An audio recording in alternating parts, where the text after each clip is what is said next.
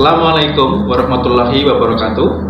Perkenalkan, saya Fajar Alam Putra, Eskap Nurse MKM, selaku dosen program studi keperawatan Fakultas Sains Teknologi dan Kesehatan Universitas Syahid Surakarta.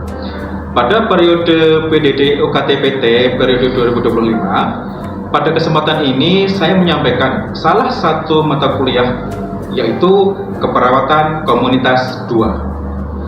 Mata kuliah keperawatan komunitas merupakan mata kuliah wajib yang diajarkan pada semester genap untuk mahasiswa program studi keperawatan semester 6 di Fakultas Sains Teknologi dan Kesehatan Universitas Syahid Surakarta. Setelah mengikuti kegiatan pembelajaran pada mata kuliah keperawatan komunitas 2, bila diberi data atau kasus atau dihadapkan pada situasi nyata, mahasiswa memiliki kemampuan menyusun rencana asuhan keperawatan komunitas fokus pada peningkatan kesehatan dan pencegahan penyakit minimal pada area sekolah dan kesehatan kerja tersebut dengan menggunakan langkah proses keperawatan komunitas dan pelaksanaannya menggunakan pembelajaran berbasis proyek pengabdian masyarakat.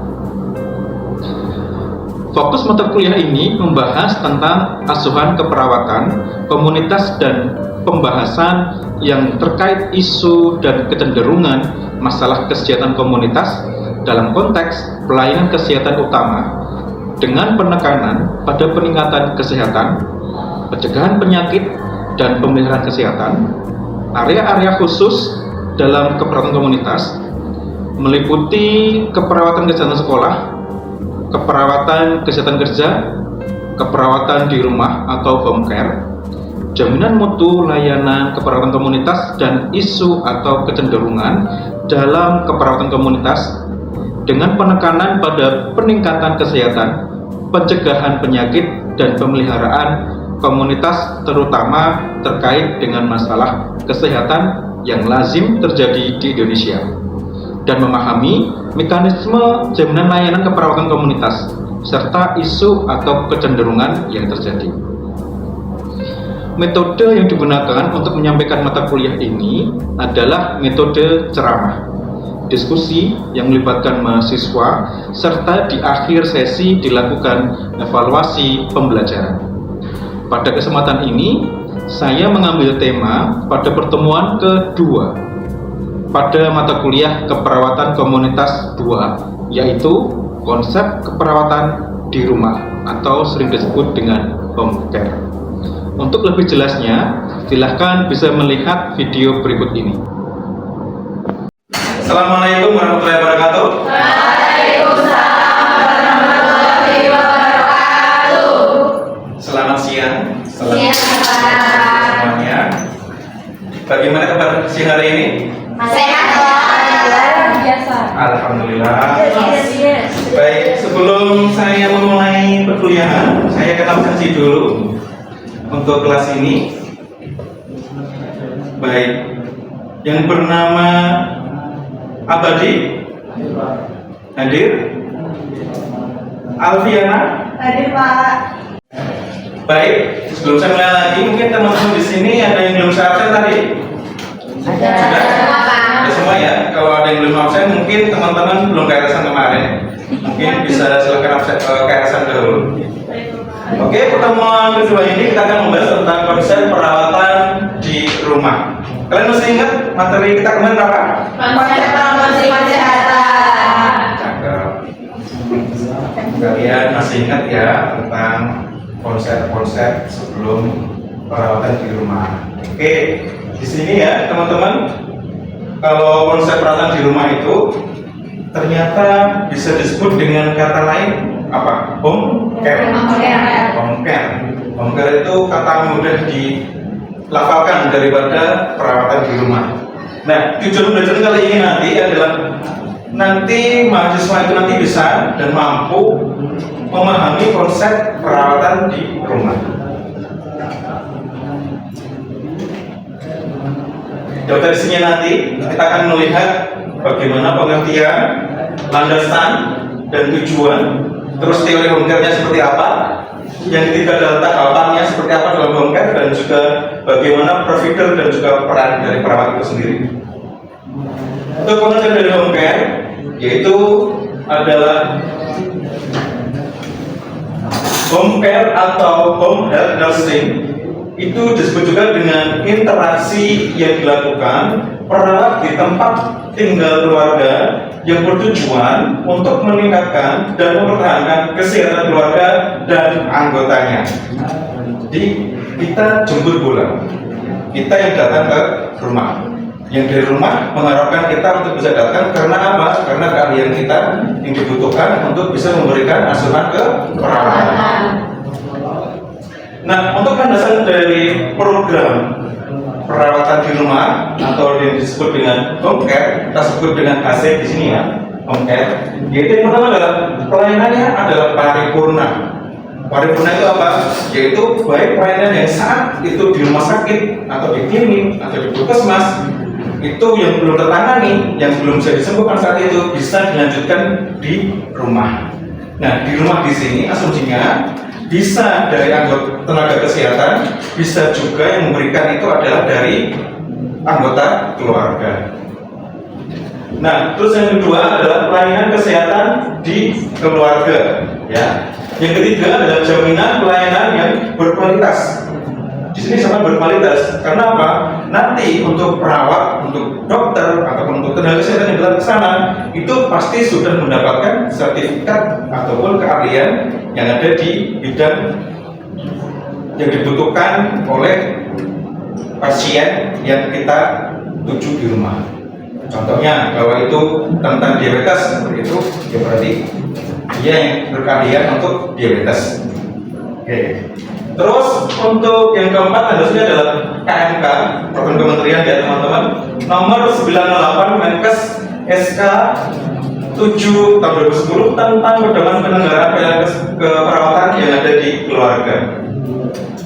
Nah, di dalam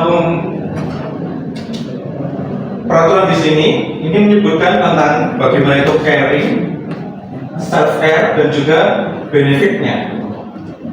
Untuk tujuannya teman-teman dari health care di sini ataupun dari home care di sini ya, yaitu meningkatkan sistem pendukung yang adekuat dan juga efektif, meningkatkan keadekuatan dan keefektifan dari perawatan. Terus juga ada mendorong pertumbuhan dan perkembangan yang normal dari seluruh anggota keluarga. Jadi ternyata yang diminta itu adalah tidak hanya yang sakit saja, ternyata yang sehat pun juga bisa menerima manfaatnya. Karena apa? Karena yang kita sampaikan kepada pasien pasti juga akan dilihat ataupun didengarkan oleh anggota keluarga yang lain. Ya, itulah home care. Ya. Selanjutnya adalah menguatkan fungsi keluarga dan juga keadekuatan antar keluarga atau kedekatan antar keluarga. Jadi antara pasien, ya, terus antara orang tua, antara adik, kakak, tetangga dan sebagainya, itu menguatkan fungsi keluarga di dalamnya. Jadi kalau dia membutuhkan sesuatu, bisa langsung dibantu. Selanjutnya ini adalah meningkatkan kesehatan dari lingkungan itu sendiri. Di sini bisa dilihat mahasiswa semuanya tentang teori home care atau the rest model, pengambilan keputusan sendiri secara dinamis untuk self care. Di sini teman-teman ya, dari gambar di sini bisa dilihat ya, bagaimana tentang proses penyakit ya, sampai dengan lingkungan, rumah dan masyarakat itu menjadi faktor-faktor untuk motivasional sebagai self care. Nah, terus di sebelah kanan di sini ada stabilitas fisiologis ya, terus keharmonisan interpersonal sampai dengan kepuasan terhadap perawatan dan juga kualitas hidup. Nah, ini menjadi tujuan dari indikator pasien terhadap kesehatan yang optimal. Serta yang di bawah di sini yang ada biru-birunya berkotak ini, ada edukasi pasien, ada kelompok spiritual estetik, ya, ada advokasi pasien dan juga manajemen dari kasus. Nah, semuanya ini tadi adalah fungsi dari perawat home care. Yang saya sebutkan tadi, dari faktor-faktor motivasional untuk self care dan juga indikator pasien terhadap kesehatan optimal serta peran perawat home care itu merupakan bagian dari care. Care itu saya peduli. Ya. Nah, jadi ya teman-teman juga, ini gambar yang kedua. Ini adalah langkah-langkah untuk home care ataupun perawatan yang ada di rumah.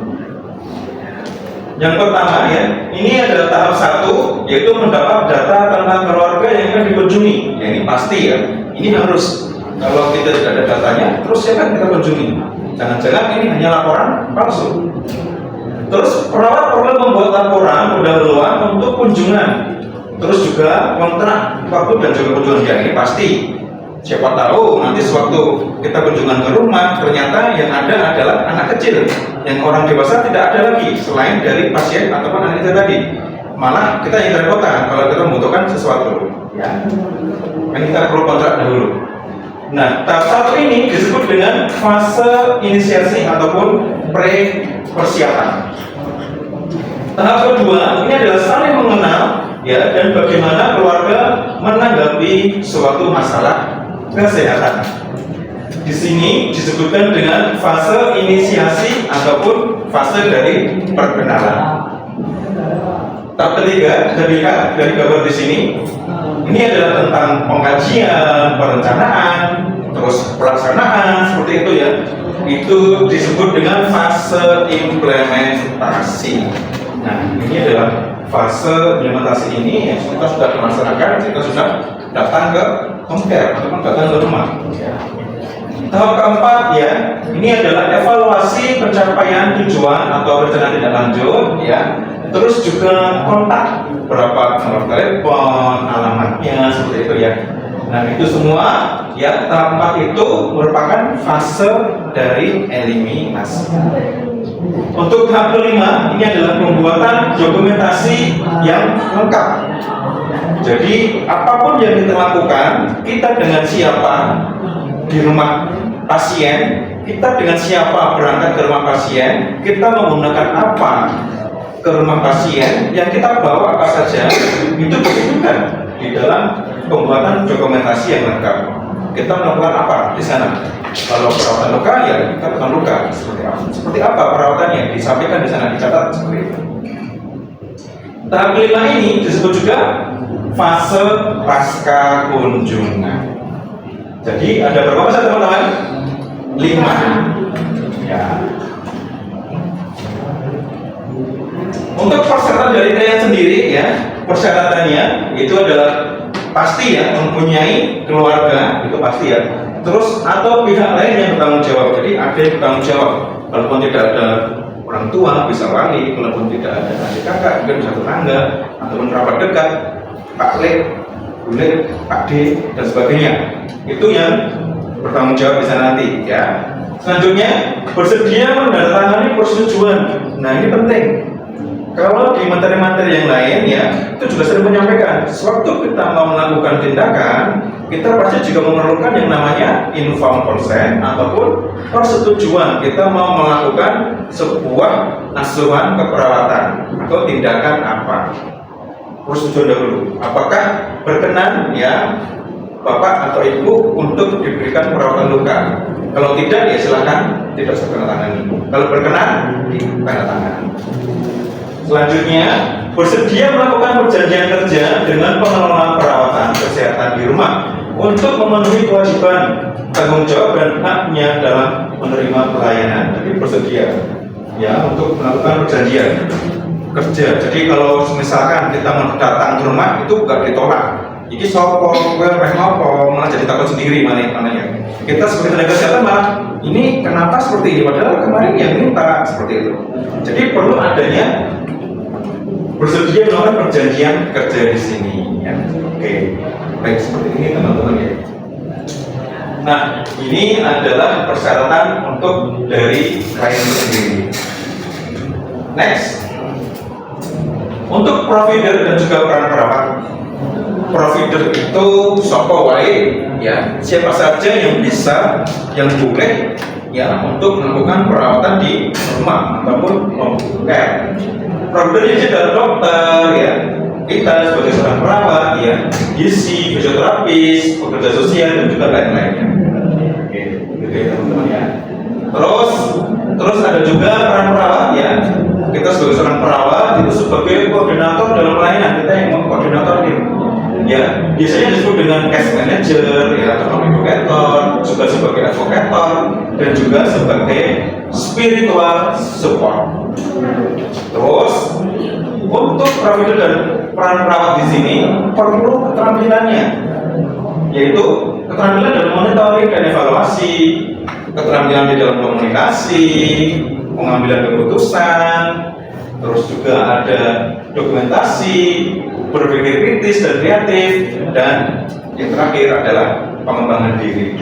Ini perlu keterampilan. Jadi kalau kita mau home care, kita mau perawatan di rumah, ya kita harus butuh beberapa sertifikat mungkin ya, ataupun kalau tidak kita memiliki keterampilan di sana. Jadi tidak hanya saya ingin merawat dia seperti itu, tapi ternyata nggak tahu yang dirawat itu adalah sakitnya ternyata tentang gangren. Ternyata kita masih belum pernah menangani luka-luka gangren. Nanti malah repotan. Ngerti-ngerti gangrennya dibujuk pakai alkohol, wah itu malah lebih parah lagi nanti ya, bisa menyebabkan gosong atau terasa terbakar. Oke. Nah ini untuk dokter pusakannya, teman-teman bisa ya melihat ya, untuk melihat di sini nanti ada di jurnal ataupun ada materi-materi di buku, bisa dilihat di perpustakaan kita, serta dari buku dari dosen-dosen yang ada di keperawatan kita ya. Di sini disampaikan terapi komplementer dari keperawatan ya. Jadi ada bukunya. Jadi di sana silakan dibaca tentang terapi-terapi komplementer yang bisa untuk dilakukan suatu home care. Baik, mungkin ini teman mahasiswa, mungkin ada yang ingin bertanya dulu untuk materi kali ini. Untuk materi tentang home care, silakan. Saya Pak. Iya, Amel. Bagaimana Amel? Penyakit apa saja sih Pak yang bisa dilakukan perawatan di rumah? Maksudnya kayak apakah semua penyakit bisa dilakukan perawatan home care apa enggak? Oke, bagus sekali pertanyaannya. Jadi untuk yang di home care itu cukup banyak. Dari mulai mereka yang sakit ya, baik itu diabetes, hipertensi, ataupun perawatan luka yang lainnya, seperti mungkin pasca jatuh, pasca operasi, seperti itu bisa dirawat di rumah. Sampai dengan lansia.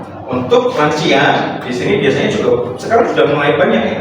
Lansia itu melakukan perawatan di rumah, seperti untuk mungkin mandi, untuk sehari-hari itu dibutuhkan ternyata. Begitu ya Mel ya. Oke Bapak, terima kasih. Ya, baik, sama-sama. Baik, saya akan flashback untuk materi yang kemarin, bagaimana tentang tujuan dari promosi kesehatan. Kalau yang kita lihat tadi adalah konsep perawatan di rumah. Ya, yang kemarin, bagaimana tujuan dari promosi kesehatan? Baik, Mas Abadi, apa tujuannya? Mau melihara kesehatan. Mau melihara kesehatan. Oke, baik. Selanjutnya, Alfiana. Mampu memelihara kesehatan. Mampu ya, selain mampu dan juga mau ya. Baik. Selanjutnya, Hanifah. Mau dan mampu mencegah penyakit. Mau dan mampu untuk mencegah penyakit. Jadi ada kemauan untuk mencegah. Oke. Ada 4 tuh masalah itu. Satu lagi siapa ya? Bintang, silakan. Mau dan mampu meningkatkan derajat kesehatan. Mau dan mampu untuk meningkatkan kesehatan. Oke, bagus sekali. Baik. Karena ini sudah di penghujung waktu untuk pertemuan kedua, kita ada tugas ya. Ya. Jangan banyak-banyak Pak. Oke, tugas kita tidak banyak. Kali ini akan saya sampaikan untuk penugasan tugas konsep dari perawatan di rumah. Bisa dilihat di sini? Oke, bisa ya.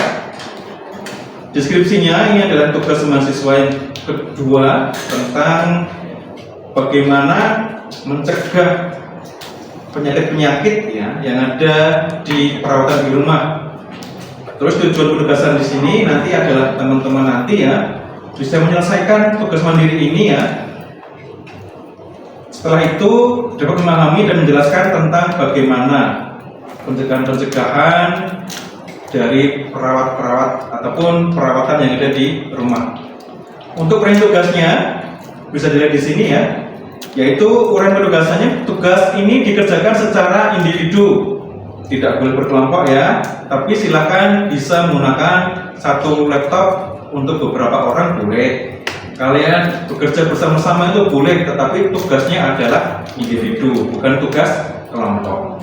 Yang kedua, setiap mahasiswa mencari di berbagai sumber seperti internet, buku, jurnal ilmiah, e-book dan lain-lain. Boleh kalian buka open book. Kalian boleh juga menggunakan AI saat ini, tetapi AI yang diperbolehkan dari ya yang ada di peraturan Kemenkes ya, peraturan yang ada di negara kita yang diperbolehkan. Silahkan nanti dicek ya menggunakan AI yang apa. Setelah itu tugas ini dikerjakan secara individu, tidak boleh sama antara satu individu dengan yang lainnya. Apabila memiliki tingkat kesamaan sesuai batas yang ditentukan, maka tugas dianggap gagal. Jangan sampai ada yang sama. Nanti saya akan cek ini satu-satu ya. Untuk layoutnya bisa dilihat di sini ya. Nanti akan saya share teman-teman semuanya untuk mahasiswa. Nah, ini untuk kriteria penilaiannya juga sudah ada di sini kriterianya. Silahkan nanti bisa dicek untuk kriteria penilaiannya, bisa dipahami sehingga teman-teman nanti bisa untuk mendapatkan nilai penugasan yang tinggi. Untuk bukunya silahkan mencari buku-buku di sini ya. Seperti materi di depan tadi ya, yaitu ada buku tentang terapi komplementer keperawatan karya dosen-dosen kita termasuk saya pribadi. Baik, begitu bisa dipahami teman-teman tugasnya? Bisa. Baik, kalau seperti ini kita tutup untuk kelas pada siang hari ini. Selamat siang. Wassalamualaikum warahmatullahi wabarakatuh.